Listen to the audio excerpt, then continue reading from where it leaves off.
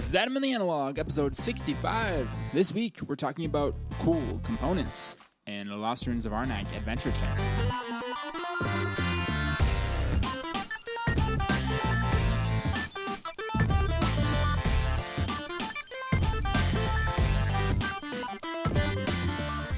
Hello and welcome to Adamantly Analog, the only board gaming podcast rated 5 out of 5 paws by both cats and dogs.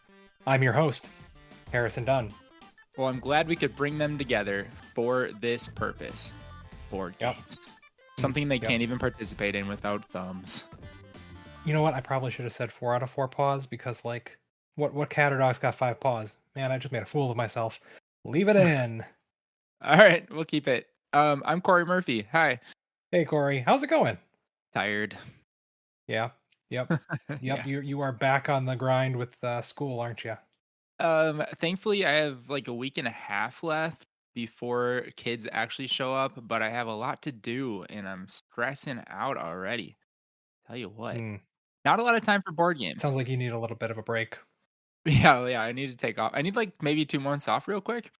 Yeah, just another quick vacation. Well, how about we talk about games with really weird or unique components in them? Would that cheer you Sure. up? Would that give you some energy? Oh yeah, that'll cheer me up. Okay. Not that I'm not cheered Yeah, up. let's do that instead of what we had scheduled before. Yeah, okay. All right, let's do it. Yeah. Scrap Cool. it. I got 3 in mind. Before we get started, what kind of games you've been playing recently? You said you don't have a lot of time, but you've played at least one, right? Yes, I have, and I've been waiting to talk about this. Lost Ruins of Arnak is in my top, 15 maybe? I think maybe it's in my top 10 even. But this is a game that my wife and I have been playing for years and have picked up every expansion for it, and it has become this big mess of Lost Ruins of Arnak bit soup. When I open the box, there's just bags everywhere and stuff everywhere. And so I was pleased to see that they released the adventure chest, CGE did, and it is a big old box with plastic inserts that holds all of the pieces really nicely and has space for them to be organized into one single box. It also includes new expansions for the game, and of course, we got to play one of them. Not 2 of them. There's 2 of them, and I got to play one of them. And by expansions, I should say boards. There's 2 new boards. Yeah, they're just like a new double-sided board, right? Yeah. Now, first of all, I got to go back to the box thing. I can't say enough about this. It is really nice. There's a lot of parts of it that will come out and just get placed on the table as they are, and then you're just drawing the pieces out of those trays, which is really cool. Cuts down on the setup time. Yep. But as far as the expansions go, they are sweet. They add a little bit of depth to the game. There's an owl temple and a snake temple. And without talking about what Lost Ruins of Arnak is in too much depth, I will say that, it is a worker placement deck building game with a lot of, it's kind of like trying to take a little bit of resources and push them as far as you can through all sorts of conversions and things until you run out of steam and then your round ends. Yep, that's accurate. With an incredible theme on top of it. So the art remains amazing in this game, and there's more great art on the board. And they add basically just more layers of exploration on the research track on one of them. The other one has a Scoundrels of Skullport-like effect with dark tablets, which tablets are used to play artifacts in the original game. There are dark tablets now that the more you use, the more points you're going to lose at the end of the game. So it's kind of like a push and pull sort of mechanic of how far can I take this before I'm corrupted by evil. But I've had a lot of fun with it so far. It was a long game. It took us a while to get through it because of the AP that it induced. But for seasoned Lost Ruins of Arnak veterans like myself and my wife, it was just what we needed in our collection. Cool. Yeah, I was eyeing this up at Gen Con just because I'm also a huge fan of Lost Ruins of Arnak. And I got my copy fairly recently, but secondhand, and the box is a mess, right? And it's just got so much stuff in it. So I considered this, but it ultimately didn't make the cut. Which is probably for the better because it would have been a pain to get a hold of because it sounded like it was a hot item. Yeah, I think it was a limited print run from the website. I bought it on their site, but even then it was like $80 for a box, and the expansion content's in there, but it's not a whole lot of expansion content. You're mostly buying a box. And I'm happy to do it. I love the game, but I know there's a lot of people that would think that is absolutely insane, and that is justified to think so because that's a lot of money for a box. Yep. How about you? Well, I went and saw some friends this past weekend, and I played some games that I never thought that I would talk about or play. So I want to talk about them and how I played them. So Friday night, we went to our friend's house who have two small children. We haven't seen the children in a while, so we went over before they, had their bedtime. We had dinner, and then one of the kids, who knows I love board games, she wanted to play her favorite game, and this is a game called Heads Tuck Tails Walk, and it is a like memory style matching game where you have big cards that are the bottom half of an animal and little cards, tiles, things that are the head of an animal. And you put all the heads face down in a ring around a stack of the bodies. Then you just reveal the top stack of the bodies, and you have to try to find where the animal is. And if you get it wrong, then that tile goes back in its place. But in addition to that, and this is the really clever part, and the reason I really want to talk about this is when you make an incorrect match, the rules state you must walk like the body of the animal and make the noise of the head of the animal. That's awesome. So I think my first one, I got a monkey head on a dog body. And so I got up and like tried to be like a dog around the table, and they have two dogs, and one of them was licking the table at dinner, so I pretended to lick the table, all the while making monkey noises. And like, not only is it like really entertaining for the kids, they got a real kick out of it. The other adults were not as into it as I was, but it just helps kids latch on to like, oh, remember that time that person did that thing. Now I can kind of have these memories associated with that tile and where it is uh, amongst the face down tile. So it just adds this like extra thing for to help you remember where these pieces are. I thought it was pretty cool. It was a really really light short game. I absolutely put it in my board game stats app. So that is, yeah, it was a neat like kids game, like very young kids that was their 3-year old that wanted to play it. So Yeah. it was a fun BGG time. has ages 3 plus on it. Harrison, there's only Yeah, one fan on the BGG page. Is that you? it's not. Nope, nope. Oh, all right. You could be number 2. And then the other game that I played was a party game style thing at a friend's birthday party called Business Walrus. And this is just a box of cards. Think of like a Cards Against Humanity or Apples to Apples type thing, uh, made by Clickhole. Clickhole is like, I heard it described as BuzzFeed meets The Onion. Like it is Yeah. a farcical news source, but their headlines are just completely absurd. Uh, so the premise of Business Walrus is that one player is the business walrus looking to invest $1 billion into a product. So they draw a card that asks for the type of product that they're looking for, and then every other player is I think they're called a lowly entrepreneur, and they have a hand of cards that is a feature of a product that they have to choose one and then make a pitch using their feature that meets the ask of the business walrus. So very light, loosey goosey rules on everything, and sorry, loosey walrusy, right? We're talking business walruses, Yeah.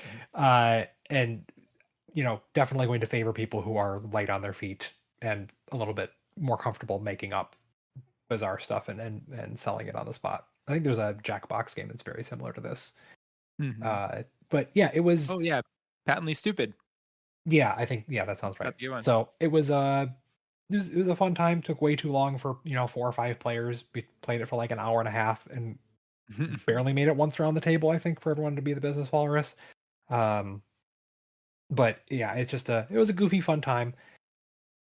Weird production. Like all of the cards are like a full linen finish on the front, and then a different not linen finish on the back.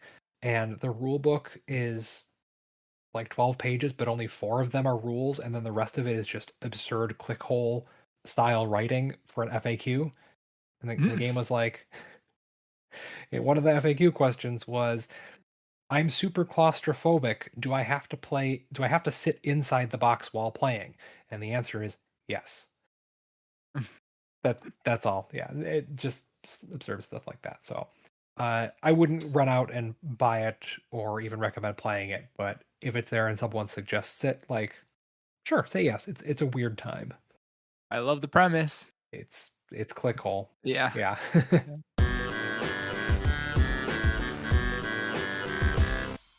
All right, Corey. Well, why don't we get to that topic of the day, of the week, of the episode? That is unique components. We're going to talk about some weird or unique or amazing components in board games that we've seen or played. I say it that way because I'm going to talk about a game I haven't played. Uh, I know. Oh gosh, gasp. Crazy.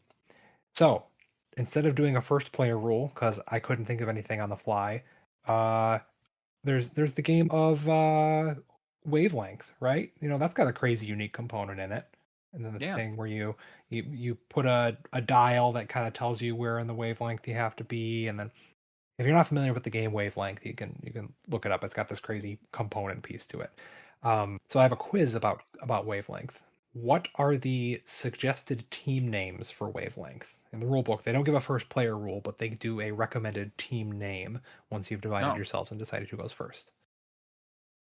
I have no idea. But if I were to guess, Team One and Team A, to be fair. The answer is left brain and right brain. Oh, okay. All right. Yeah, yeah, yeah. See, you could have gotten that. Yeah. Yeah, I thought that Wavelength. was yeah interesting. That is a pretty clever component. I do like that wavelength slider. I've done a lot of that game in school too. I forgot we did our back to school episode a couple weeks back, and that should have been one on my list because I put like Google Slides together with wavelength, and it takes a couple of rounds to get the kids into it. But once they figure it out, they come up with some really clever clues. Okay, so I guess I don't go first because I didn't know left brain and right brain, right? Nope, nope, you don't have either. Oh no, you probably do. All right. So I've ordered my list what I think is like the least strange to the most strange or the most unique. Okay. That being said, I'm going to start with a game from 1972, and this is a game that I Oh, played as a kid. My dad had a copy, and we played it every once in a while. And this is the game Waterworks from Winning Moves Games. I think it was also published at some point by Hasbro and Parker Brothers. Moves around a little bit. But the premise of the game is just a deck of cards with pipes on it, and you lay them to connect the pipes together, and you're trying to get your spigot connected to your faucet. You're just trying to get them to line up. And when you play a card, you can either play a card on your own network, or you can play it on your opponent's network, and you'd want to either like play a card that bends in the wrong direction for them, or maybe gives them a T that they have to cap, or you can just play a leaky card on them that they have to fix before they can win. A lot to take that to it. hmm. But the reason I pick this is a lot of versions of this game come with a holder for the cards in the discard pile, and that holder is a plastic bathtub. So you put the cards in this plastic bathtub for no reason. It's a bathtub there. It just holds the cards. But this always stands out as like man, why don't have more games have bathtubs, right? Why doesn't Lost Ruins of Arnak have a couple bathtubs for the decks, right? Hmm. Come on, CGE. It's almost like Wingspan does. They have that plastic tray, kind of like this, for the card. uh, yeah, maybe there's like an evolution between the Yeah, Waterworks bathtub to the game trays inserts. yeah, that one's definitely Uh, unique. I would say it's it falls into that superfluous category for sure. uh-huh. You just put the cards down on the table. Um, Right. I like superfluous components, right? uh, Yes, you can have a cool component that is the theme of the center of the game, like wavelength, or you can have one that kind of like, yes, it serves a purpose. No, it's not necessary. Yes, it's thematic. Yeah. yeah, All right. Yeah. yeah, thematic for sure. This game also comes with little metal wrenches that you use to like fix leaks on your. It's a weirdly cool production for what it is, like a very light take that game. These look like the weapons from Clue. These little Yes, wrenches. yes. Yeah, it's like somebody had access to several hundred leftover wrenches from pipe wrenches from Clue. Yeah. So that's my number one pick, Waterworks. Hey, what was the game that got us onto this topic in the first place? I was struggling to remember. Last week we were talking to Stan, and he mentioned something.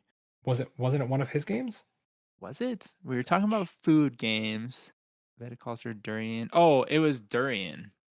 Yeah. Okay. So Oh it was yeah, because Durian durian. has the bell.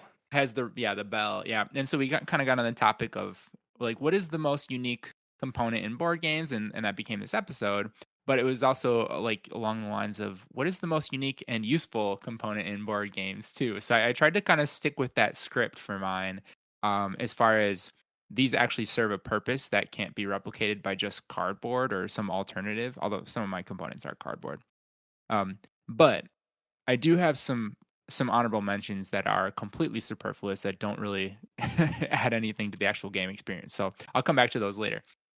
But let's start with this. My first one, I think this one is actually a really clever addition to the game, because of what it does to the experience, and that is the Castillo from El Grande. El Grande is the OG area control game from 1995, Hans and Gluck, and Hmm. it is all about just putting guys down in the map and determining who's going to win each sector of the map, each region of the map, based on how players are represented there. And so a lot of that you can kind of see how that's going to play out before it happens. But there's one region of the map. Well, I guess maybe not a region, but there's one place you can deploy your troops that is completely blind, and that's called the Castillo, which is this three-dimensional cardboard tower. And you're dropping your meeples, your troops, into the top of the tower. And when they're in the tower, they're like completely obscured. You can't see how many are in there. You really just have to kind of remember how many people are throwing in there. When you go to settle battles, you empty the tower out, and those troops get placed into one of the regions. And the way that this is done is players have a little, it's almost like a cardboard spinner. They can secretly direct their target to one of the regions on the map, and everyone reveals it at the same time. And it's like, boom, you thought I had 5 there, but I actually have 10, kind of thing. Hmm. Um, so there's a lot of kind of mental gymnastics to do here as far as how many do they even have to play with? Where do you think they're gonna go? And the Castillo is just like the most epic moment of just lift the thing off and the troops go tumbling out of the bottom of it. And it's like, oh crap, there's too many there. I'm gonna lose. Yeah, So yeah, really, really fun component. It adds a lot to the game. I don't think the game would be what it is without it. yeah, 100%. Uh, and like, I feel kind of mixed about this one. I played it recently, well enough that I feel confident talking about it. Hmm. The first time I played El Grande, I felt really weird and gross about the Castillo. I mean, this game's from 1995, so part of the design is Yeah. inherently dated, but I'm not a fan of elements in games that give advantages to players with a stronger memory, right? Like the Hmm. player who better remembers how many people went there and how many cubes they put in is going to have an advantage to a degree. Yeah.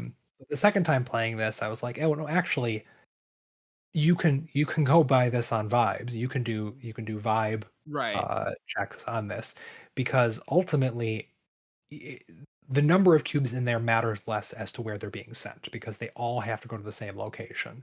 So if I know that you have been putting characters in there, I can make a pretty good guess as to where they're going to go, regardless of how many you have. And then that becomes the real challenge, right? Just the exact number in there. Um, then if I'm challenging one or two players, then I really have to like consider, did I put more in there than you or not? Like, and that becomes the question, and less of a memory issue. So Hmm. I really liked that aspect of it. Well, even then, there's still the question of where you're going to direct those troops. So Right. you could be the complete underdog and still win a region with your underrepresentation. My pick for number one is the Castillo from El Grande, 1995. All right.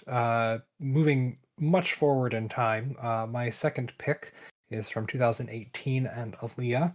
This is The Rise of Queensdale featuring a plunger. Uh, so this is one of the ones I haven't played. I know a lot about it. It's been on my like want to play list for a while, but it is a legacy style game, and so in addition to all the considerations of like, oh, should I buy a new game? It's also, can I find the time and group to commit to this? Mm, Um, so Rise of Queensdale is looks like a heavier style Euro. Um, 279. yeah, yeah, yeah. I would say that's heavier style. Yeah. with dice workers that you're rolling to take actions.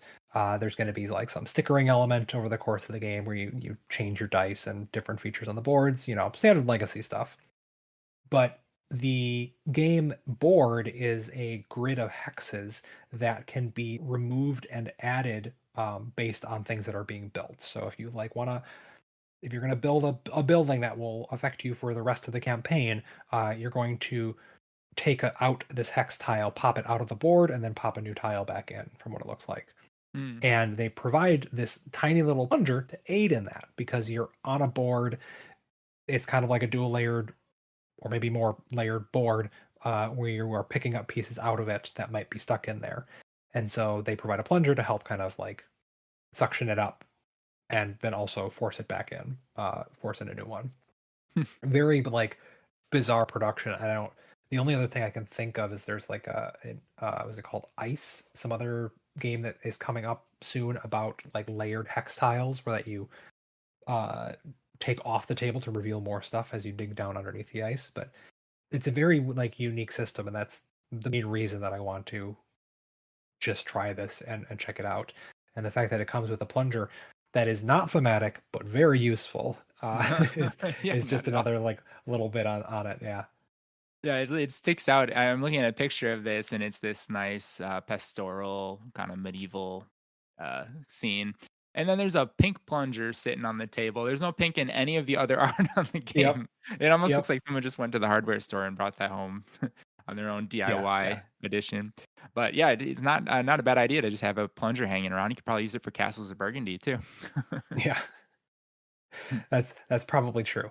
Although you want to make sure you get a deluxe plunger if you're keeping that with your Yeah, deluxe edition. you could paint it gold. Hey, remember we talked about Gnome Hollow and how it had the magnetic player board, right? Yeah. And Yeah. that was quite a while ago now. That was last summer. And we were like, yeah, magnetic player boards. This is going to be the future of board games. Where are they at? And I mean, I haven't seen them yet, but it seems like a game like this with the hex tiles on the board. I mean, someone's got to be working on that, right? I don't know if it's tariffs holding us back or what, but bring it on. It's it's yeah. It could be any number of things. I think part of the difficulty there is it can be really tough to prototype and design with that in mind, Sure, yeah. right? Like, yes, manufacturers are capable of doing it, but how do I, as Joe Schmo, prototype something like that? Hmm. I have to have a level of craftiness that I think designer Ammon Anderson is much better at. So maybe he'll have another one of those coming out. Yeah, I don't mean to pull us too far off track, but do you know in that game, Gnome Hollow, is the magnetism required for it to work, or is it just kind of a nice touch Nope, to keep it's things a okay? it's a convenience thing. Yeah, Okay. Yeah, yeah. I can't really think of ways that it would be, but maybe if something was vertical, I don't. Yeah. Anyways, Hmm. getting off track, but there you go. Rise of Queensdale looks sweet. Yeah, yeah. I still want to try this. The reviews of the legacy game are kind of like middle of the road. Uh, so I don't know. Doesn't look like it's still crazy expensive to get a hold of. Noble Knight has a copy for $24. That's got to be used, right? It's Noble Knight. 80% of stickers unused. So it's like somebody played one or two games of the campaign and then sold it. Oh, it's legacy to the extent that you can actually Yeah, destroy the bits for it's a stickers. single use game. Yeah, Yeah. or single campaign game. That's too bad. Cool. Yep. So that is the Rise of Queensdale from Aaliyah. Cool.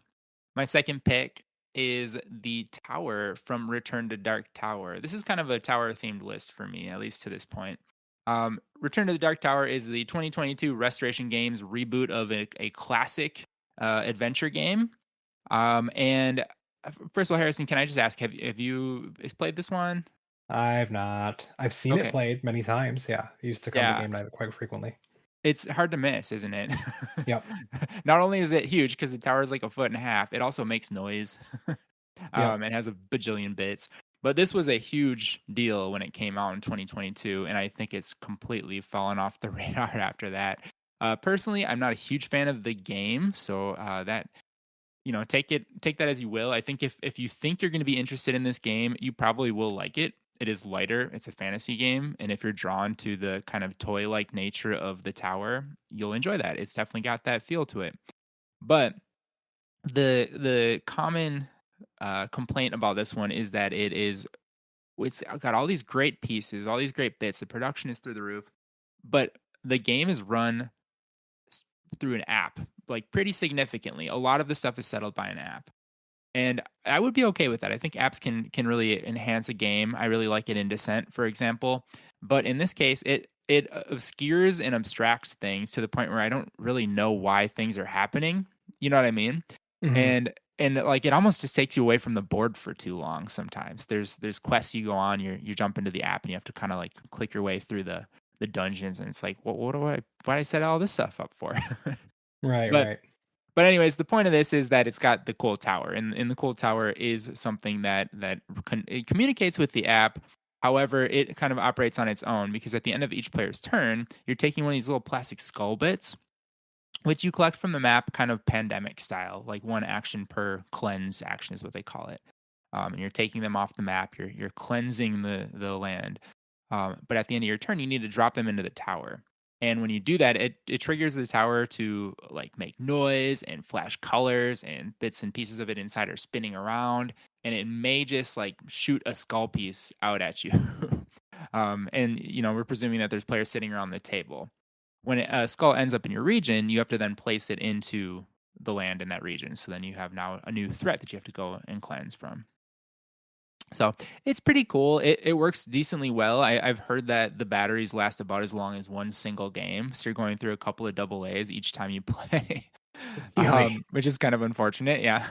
Um, but there's other cool bits and pieces to it where there's seals on it. There's plastic doors that you can like open up, and you might find skulls in there. But you might also see different runes revealed that are glowing, and they cause different things to happen throughout the game as well. So it is extremely unique. I think it fits that bill. I don't think it is. I mean, obviously the game like leans heavily on it, but there's probably a simpler way to do that, which would save you save you some money. But again, I think you're here for the tower in the first place, so you'd be disappointed to play the cardboard version. Yeah, I don't have anything else to say on that. I've not played it. I've seen it played. Yeah, it looks like a cool thing. I'd like to try it, but I'm not about to go out of my way to try it. Yeah, I don't know. I don't know if it's a game that you would dig, to be honest with you, but you probably should experience this. You know what it's all about. Mhm. Yeah, So that is Return to Dark Tower from Restoration Games. big toy factor. Big, big, yeah. All right. So the last game that I'm going to mention is from just a couple years ago. It's 2023 from AEG, and I remember vividly the first time that I saw this game being demoed because I was like, "What is that?" It is just such a weird thing used for like okay. So the game is Shake That City from AEG, Mhm, and it has a device that they call the Cube Shaker in it.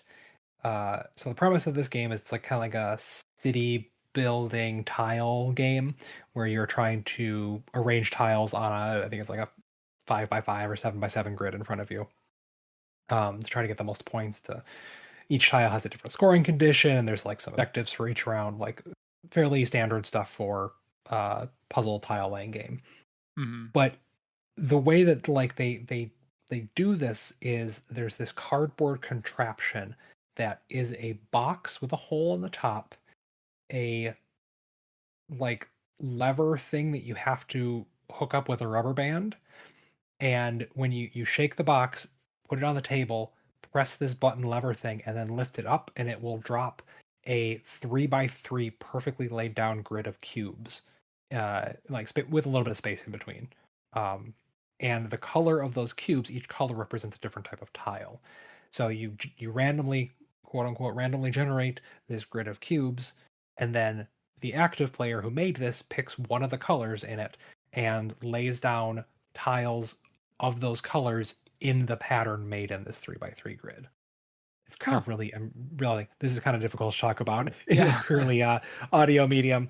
Um, so like if there's two in the first two spaces in the top row and then one in the middle space in the bottom row, then I've got to place two tiles next to each other and one of them with one space between, right? I got to Mhm. make that pattern.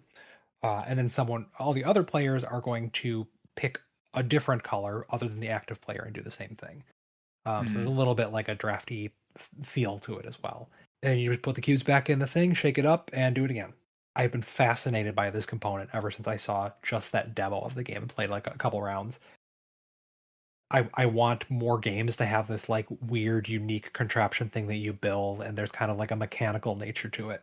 yeah. It's super super cool. If you've not Uh, seen this game being played, just go play with it. yeah. It's always cool to build a machine out of cardboard and rubber bands that actually has a function and purpose for a game like this. Right? Yeah, it's real bizarre. It's weird, but it's yeah, it's cool. Uh, name of the game, not great. Shake that city. Shake that city. So is the game Uh, any good? I only played a couple rounds, so Oh, yes, it's great. yeah, okay, good.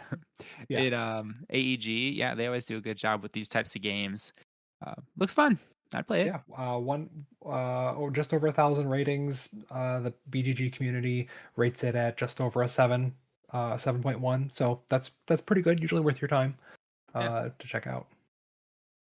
cool. Yeah, so that is Shake That City from AEG. Nice. My third and final pick is, well, where do you lie in this debate, Harrison? You've probably heard this. Is it Camel Up or Camel Cup? What? Have you ever heard that? No. Oh my gosh, it's an age-old debate on this game because in both the second and first edition, the C is like extra large, and you could interpret it as if the C is referring to camel, or it is meant to be used for the bottom line too, in Camel Cup, like the Indy Cup or the whatever. I don't know my race stuff, but cup meaning like a Yeah. circuit. I would see why there's a debate until like you just look at the BGG page and the marketing and just refer to it as Camel Up. So then that seems like a pretty solved thing, right? Yeah, well, I think these people are claiming that the VGG's got it wrong, and Camel Cup is the actual name. But I'm in the Camel Up crowd. I think that makes sense, especially knowing that you are stacking camels on top of one another in this game, right? So, I anyways, mean, that's I'm on that's the Eggert Spiel website and they call it Camel Up, so that seems okay. pretty decisive. Perfect. Thank you, Harrison. um, so Camel Up, there's actually two components in this one I think that are worth noting, and they are the one I just mentioned, which is stacking the camels on top of one another. The whole premise of this game is it's a racing game, almost like betting on who you think is going to win the race, with the actual racers being out of your control. And there are camels that are going in one direction around the track. They're the racers, but there's some crazy camels that go the opposite direction around the track. And in any case, if camels end up in the same space as one another, they stack on top of one another because they are, Like it's camels kind of do. like naturally, yeah. There are these meeples that are cleverly designed where the feet kind of slot in on top of the humps of the other camels. So you can stack up all five or six of them at a time and they won't fall over. That way, when the bottom camel moves, it takes the rest of them with it. And unfortunately, if the camels going in the opposite direction get involved, they might send you backwards on the track. So that's kind of the fun of this. There's a lot of zany racing moments going on in here. The other one, and the main one that I wanted to point out, is there's a really cool plastic pyramid that is a dice distributor. I don't know. Maybe that's the right word. Who cares? The point is, there's six dice, each referring to the different kinds of camels. And you put them in this plastic pyramid, you put the lid on, you shake it up, and there's a button on the pyramid that will spit out just one die and it'll roll it onto the table for you. The color of that die tells you which camel you move. So on your turn, you're taking different actions and you're kind of like, you're sort of pushing your luck as far as how long can you wait and see how they do before you start to make bids on who you think is going to win. But because the dice are being spit out one at a time, it's almost like, you see things develop in this weird, I don't know, turn-based sort of style, if that makes any sense. Yeah. Um, yeah. And I think that once again, this is a component that is necessary in order to do that. The original edition is a cardboard pyramid. The second edition is much nicer. It's a cool little plastic thing. You hit the button and it drops the die out. I mean, the first edition is also a cardboard and rubber band contraption, so I kind of like that too. Cool. I have never played the first edition. Only the Okay. nice new one. Yeah, I haven't played it either, but I've played the second edition a couple times with friends. Now I'm looking at the first edition. I can see where the camel cup thing comes in because that is a really big C on the cover. Yeah.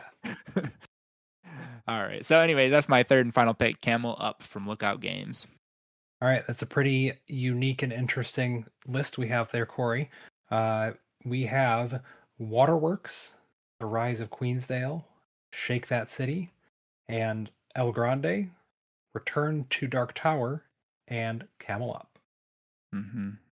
Hey, I promised I was gonna do my honorable mentions. Can I throw in a couple real quick? Oh yeah, yeah. Let's I throw in won't some go into honorable depth, mentions.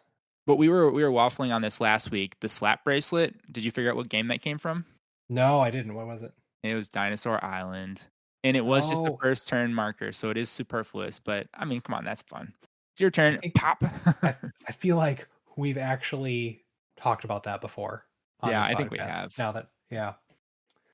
Yeah. Oh, being Um, old and the that memory. was that was the deluxe edition of the game, by the way. You don't get that in the retail version, but deluxe Gotcha. edition. And then my other one, Lords of Hellas is pretty cool. There is I don't remember how the rule worked or what the purpose of this was, but you're actually assembling these sculptures, these like kind of gigantic stone sculptures of different Greek gods in this game. And you do it one layer at a time. So there's these pretty sizable minis. They're like 3 inches that are broken up into like four different layers that clip onto one another. So as part of the mechanic, you're going to grab one out of the box and actually connect it to the piece until you have this full on statue built on the board, which is pretty sweet. But again, kind of not necessary for the game to work. It's just sort of like that extra Kickstarter bling to throw throw in. Yeah, the one honorable mention that I have is like when you and I struggled trying to figure out the name of this game, and it's like the game with the metal player boards and you shoot stuff out of it, and you said Crossfire. No, it's not Crossfire. It is an age contrived. Oh, That okay. I've came never out played that. 2024. Yeah, so that not only has like the deluxe edition has these metal player boards. Oh, and it's tiles, not dice, that Mm, you are using to slot in to take different actions into your like conveyor player board thing, and then those tiles get shot out of the deluxe edition. mm. um that's crazy. And then they also have these like magnetic temple things on the board, so they have almost like metal claw things that go underneath the board and stick up, and then you magnetize the sides to it. They basically look like the things in the middle of a delivery pizza, those little plastic chairs, but Uh-huh. for board gamers. Nice. That one was weird. And then of course, like we can't not talk about all the classic toy games we grew up with. Yes. Like Operation and what's another? Don't Wake Daddy has just like these weird Yeah. toy components to it. I want to Pretty see more hobby board games with like the big toy factor component. yeah, pretty much any game released in the 90s. But yeah, Restoration Games, what Yeah. are you doing? Let's see it. Get those Operation. trouble Yeah. poppers out. Yeah. There we go. So obviously there's a lot out there, but I think the hobby space uh doesn't quite have as many as it should have. So Yeah. Yeah. we still got plenty of room for innovation and design. Someone needs to release a serious Euro game that involves a spinner like in the Game of Life. I can that clicking that Yep. happens when you twist it and it goes Oh oh, yeah. it's so good. It's very satisfying. It's very good. Yeah. Yeah. All right, Corey. Well, that wraps up another episode, or just about. But have you been doing anything besides playing board games recently? I mean, besides Yeah. working and playing board games? Yeah, I have. I listened to a podcast the other day about New York Times list of 100 top movies, and Okay. this was compiled from responses of directors, actors, film critics, and things. And it was not necessarily the highest critical acclaim for the movies. It was just their favorites. It was movies that they loved for whatever reason. So, as you would expect, like comedies ended up on this list, which usually don't get high reviews on Metacritic and whatnot. But like Bridesmaids is up in the top 30, I think. Since everyone's all curious, I will say number one was Parasite, but that's not what I'm here to talk about. I downloaded the list and I've been thinking I'm going to try to like make it through as many as I can. And we started already, Harrison. You'll be proud to know that we started with number 9 on the list, Spirited Away, which I have never seen Okay. before. Oh, yeah. That's a great one. Yeah. So we watched a couple of Miyazaki movies. We watched that one and Kiki's Delivery Service and Totoro.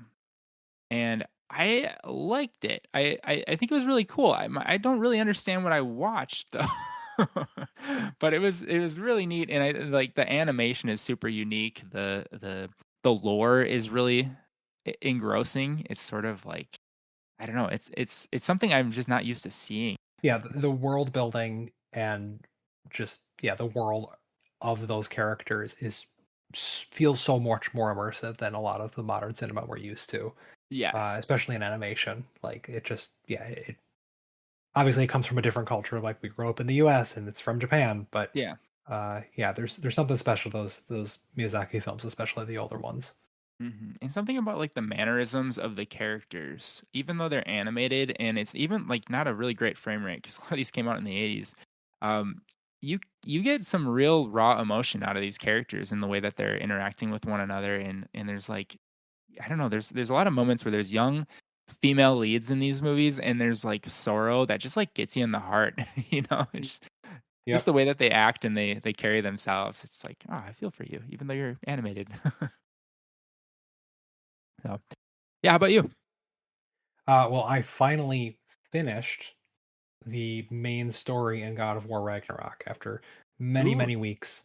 So I tell myself that I'm going to go back and 100% platinum trophy it because that's what I did with God of War 2018, and that's the only one I've done it before. But who knows? You know, time will tell if I'll actually go back and try it. But it was good. I had some. It took a lot longer than I thought. I did a lot of the side content because I enjoy that stuff. I enjoy the world. The characters are incredible. Yeah, definitely worth your time. And as far as AAA like single player experiences go, it is top notch. 100% would recommend. It's a good time. Did the world end like they said it would? I'm not going to spoil things, Corey. Oh, okay. You're trying to get me to spoil on the podcast in front of people, and then people are going to get mad because they haven't played a game that came out 2 years ago. And then email Just adamantlyanalog at like I had. gmail.com. Yeah, they could. They could. Yeah, they could. Mhm. Alright, cool. So that's me. Well, what do we got on the docket for next week, Harrison? Oh, I'm so glad you asked because I almost forgot to say it. Next week we have a lot of work ahead of us, Corey, Oh, boy. because the next week's episode is going to come out on Labor Day. So I think we should talk about laborious games. You know, games Oh, that are a lot of work to play. That's because that yeah. sounds like fun. Yeah, my favorite kind of games, actually, and I'm not being facetious, I really do love when I have to set up a game for 45 minutes first. Oh, I see. I was thinking about just games that are. Well, we'll get into it next week. Yeah, okay, okay. Yeah, for sure. Alright. Cool. Thank you, everyone, for listening to another episode. Bye. Bye.